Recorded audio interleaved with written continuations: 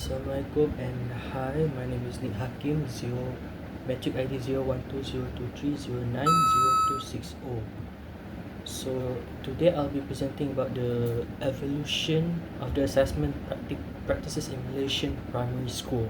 So assessment has always been an essential part of the education. It serves as a tool to measure students' learning, if students learning progress or the guide and guide teachers. So in the past, our school rely heavily on tradition or exam based learning like KBSR. So and then it changed to KSSR where the education become more holistic. Yeah, it's like focus on not only on student knowledge but also on like their skills, their value, their attitude. So that nurturing the cognitive and effective the psychomotor domain. So the role of assessment goes far beyond measuring academic achievement. It actually shapes how teacher teach and how student learn. So that's for the introduction. Let me change the slide. Next is the historical overview. Okay, so before 2011, Malaysian primary education was under KBSR, which was first introduced in 1983. So students KBSR assessment heavily focused on examination, like the marks of the examination papers. Students were evaluated primarily through formal, written tests and summative assessment, with emphasis on cognitive outcomes in the core subject. You know, like the core subject like BM, BI, sejarah, math, science. So that is for the assessment focus. Next is the limitation of KBSR. So the education system reflects a traditional mindset where assessment was used mainly for ranking students rather than improving learning. So with that, the most evaluate happened to end of year examination, and there was a little attention given for a formative feedback.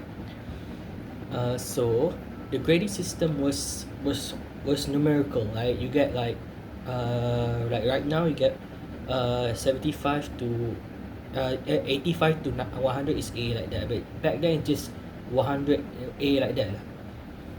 So as a result, KBSR limit the development of essential 21st century skills such as communication, collaboration, and thinking skills. Thinking skill. So next is the context in 2000s. But by the mid 2000s, educators and the policymakers realized that the exam-oriented approach could no longer meet the Malaysians' goal of producing holistic learners. Like for example, the global shift towards skill-based learning, they encourage Malaysia to rethink its educational strategies, like initiative like the Smart School project and the National Education Philosophy. I think I remember that one. It paved the way for reform assessment and practice. So this initiative aims to ensure students' education will not only focus on academic achievement, obviously, but also nurture students' moral, emotional, and physical development. So next is the challenge, the driver for KSSR. So this is in 2011. So basically in 2011, it's like rigidly and heavy reliant on tests, and Wait, oh my god, I missed it. Sorry. I think that's all. I already skipped, but I will add the challenges from the KBSR. So basically, it's like rigidly and heavy reliance on tests, where it's like you forgot the students, neglect the students individually. For example, like the UPSR, which was created of a rote of learning and memorization only. And that's it. They have nothing like the soft skills or the learning method. They don't have that. While the UPSR. So next slide is the current assessment. So we have three current assessment. Obviously, the first one is the formative assessment. Okay, formative assessment is an ongoing classroom base. Like it helps teacher and students gather information and gather information that is about the learning, the class learning subject throughout the lessons, like examples like random questioning, like random questions in class where teachers would say, oh, anybody have questions, and one student raise, and they start asking questions, and that with that a lot of people can gain knowledge too. Other than that, it's just like quizzes or group assessment, like that. Okay, so the main goal is to provide immediate feedback so students can improve and learn at their own place, at their own pace. At their own pace. And formative assessment also helps teacher to observe students and adapt to their teaching strategies. For example, if the teachers see one student that cannot adapt to the lessons, the teacher might have to regenerate on how to teach the student. So they have to find a way to teach that student in order for the students to understand. So so next is the summative assessment. Summative assessment is measures students overall performance, like at the end of the period, like at the end of, like for example, after student finish a school year. Right, when student finish the school year, at that point the teachers start to use this summative assessment. Like they measure the students overall performance throughout the year, instead of like the formative one is about throughout the lessons, but the summative is about throughout the year. So with that, the example like from mid year to early year to end year, and they just start measure it from there, like using the tests, obviously using all the tests for throughout that year. So next is the comparative assessment. Comparative assessment is so comparative assessment is about the comparative between the KSSR before and after. So for the effectiveness, for the KSR before, I will put like a slide here you all can see. So KSSR before, they are relied on heavily on summative assessment for final exams, like I mentioned UPSR. So with that, they only rely on that. They would just rely on memorizing and learning.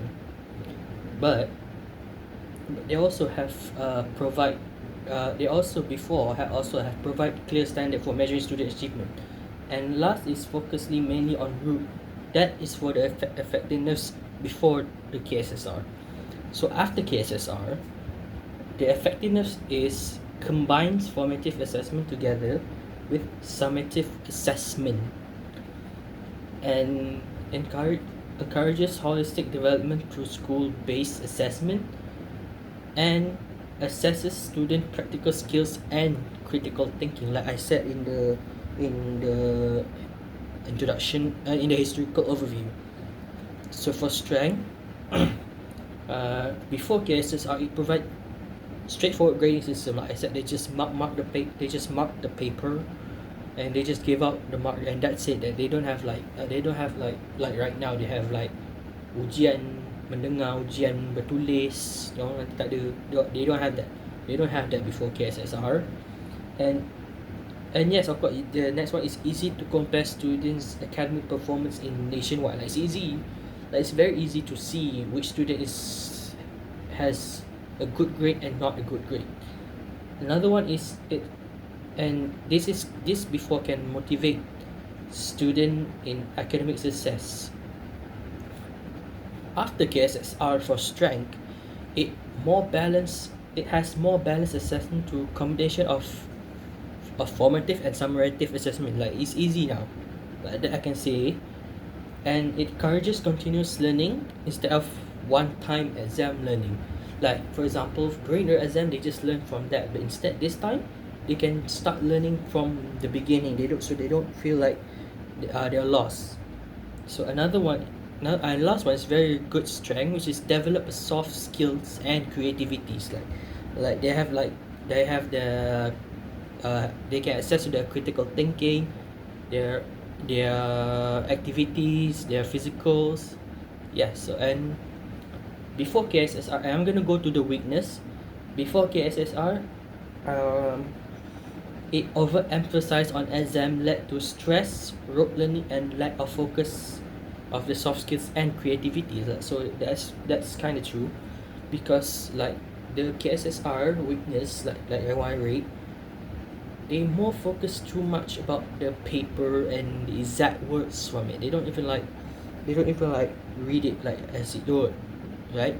Like they just like they have to memorize it, and that causes pressure for the students.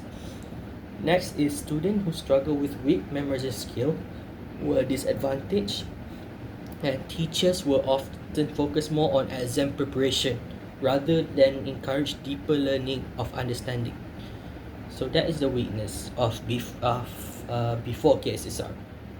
However, after KSSR, it has more workload for teachers due to the continuous assessment. Like, okay, so before KSSR, it's just exam papers, but after KSSR, you have to prepare an activity, like activity in class, the uh the lesson plan learning.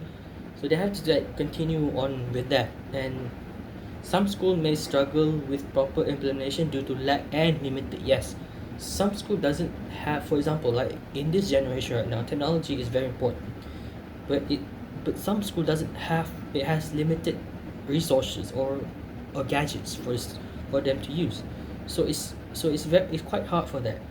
And last but not least, for the weakness after KSSR is possible inconsistency assessment across different school. Okay, so that's all about from the KSS, from the comparative analysis. So I'm gonna skip to the conclusion because I think I have my limit now. So over time, assessment that was in Malaysia primary school has evolved significantly, reflecting shift in educational philosophy, teaching method, and global trends. Okay, so for example, the transition between KBSR and KSSR introduce a more holistic and student-centered approach. Unlike KBSR, which relied heavily on summative assessment and standardized exam, the KSSR emphasized continuous assessment, active students' participation, and comprehensive feedback. So, the evolution of that reflects the nation's commitment to quality education that meets the global standard. So, with that, the shift from KBSR to KSSR represent a move toward a more balanced, inclusive, and forward thinking system, valuing both academic success and as a person, like personal growth. For that's a word. So I think, yeah, that's about it. Thank you very much. And I would like to sincerely apologize to Miss Karina for skipping her class. I really am sorry. I didn't know, but I will try to do my best for the next project. Thank you.